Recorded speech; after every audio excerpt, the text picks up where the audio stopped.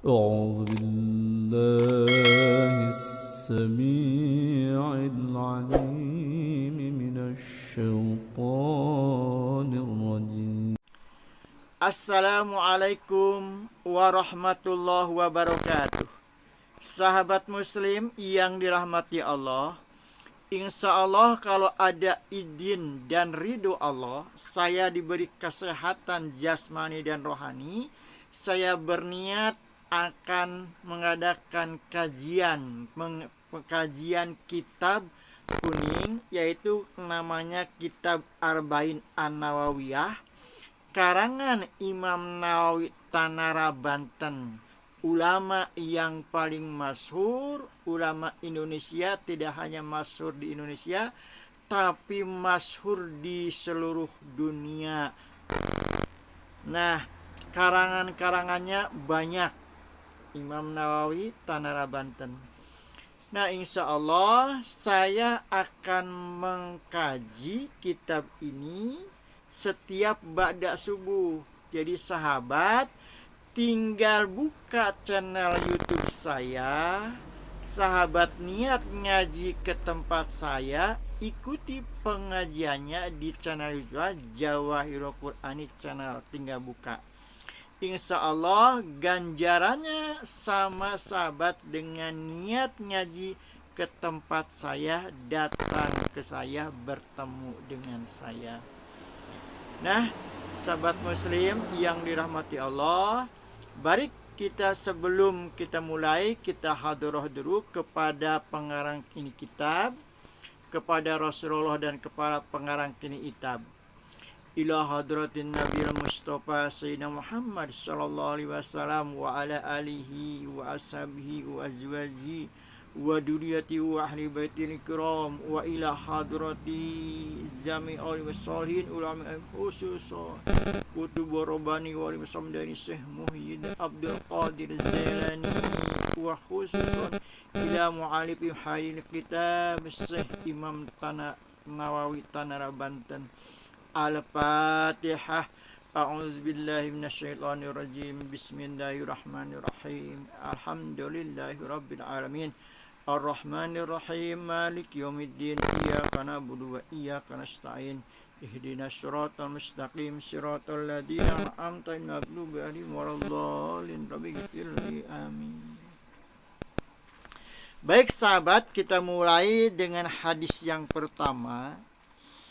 An Amiril Mukminina Abi Hafsin Umar bin Khattab radhiyallahu ta'ala anhu qala sami'tu Rasulillah sallallahu alaihi wasallam yaqulu innamal a'malu binniyat wa innamal likulli imri'in ma nawa faman kana hijratuhu ilallah wa rasulihi fa hijratuhu ilallah wa rasulihi wa man kana hijratu lidunya yusibuha aw imra'atin yankihuha fa hijratu ila ma hajara ilaihi.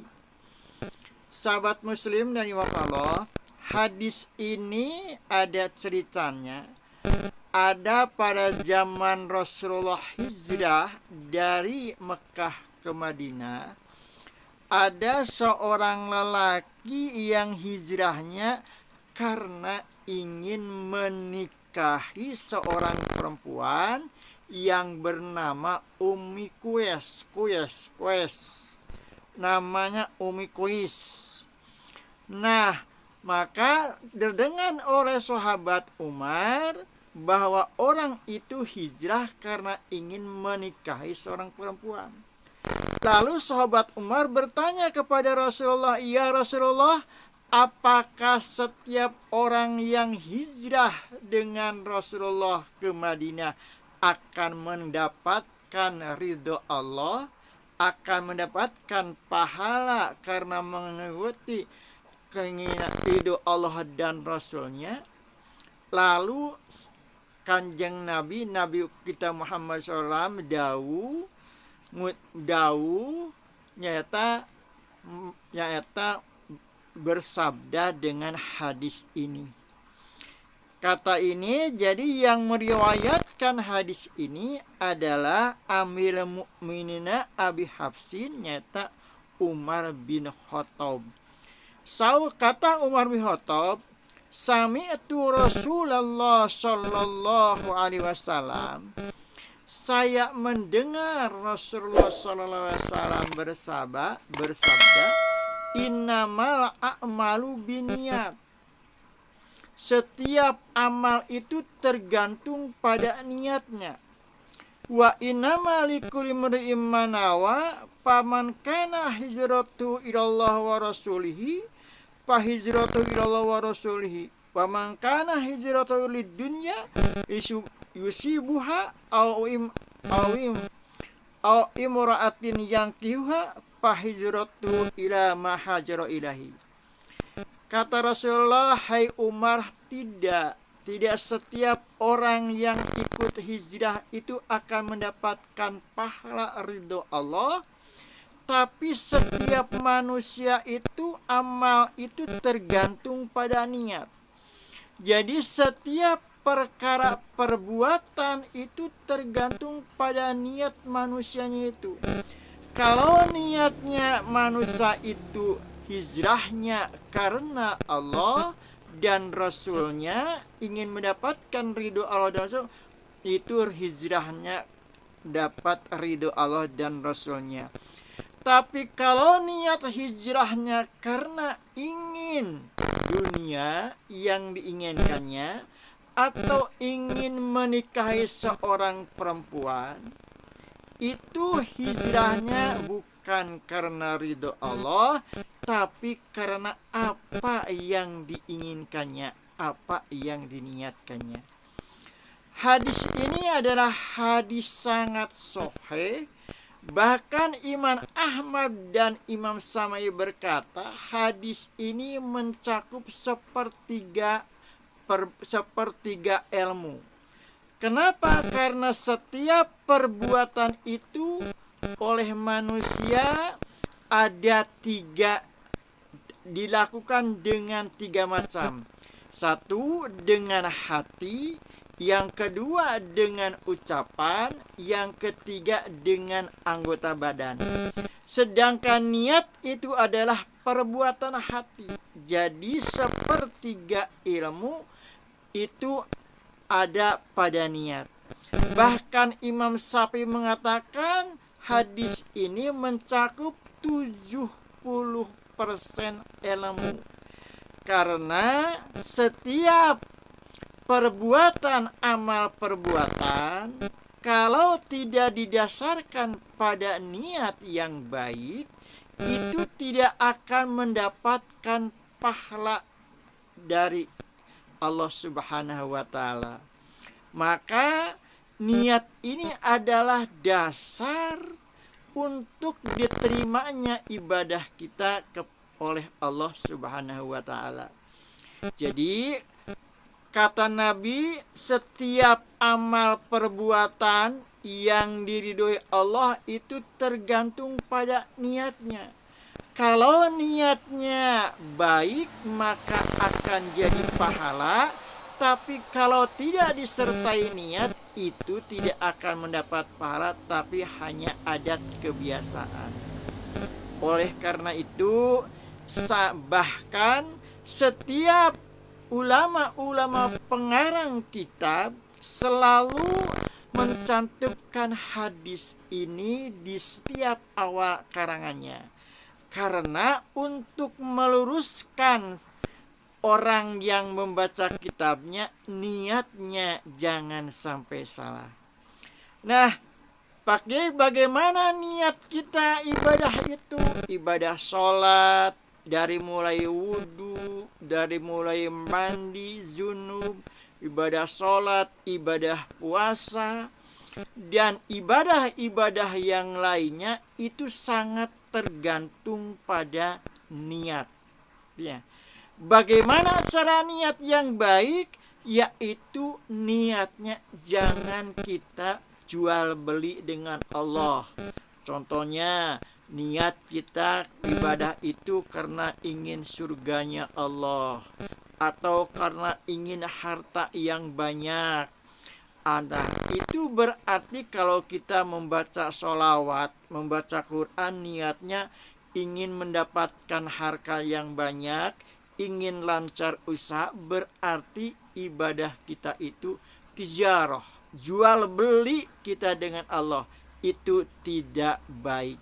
Tapi bagaimana niat yang baik? Yang pertama, harus kita niat melaksanakan perintah Allah Subhanahu wa taala dengan penuh keikhlasan, dengan penuh pengharapan.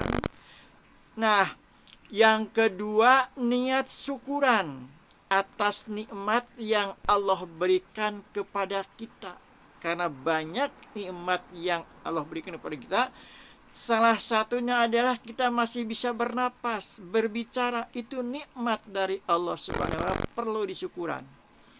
Yang ketiga, niatnya harus penuh dengan roja, pengharapan, mengharap ridho dan rahmatnya Allah.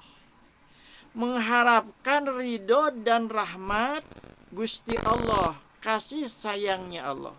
Sahabat muslim, jadi setiap dalam ibadah, kalau kita membaca Quran atau membaca sholawat dan ibadah-ibadah yang lainnya, yang baik niatnya itu harus penuh dengan roja dan haub, penuh pengharapan ridho dan rahmat Allah.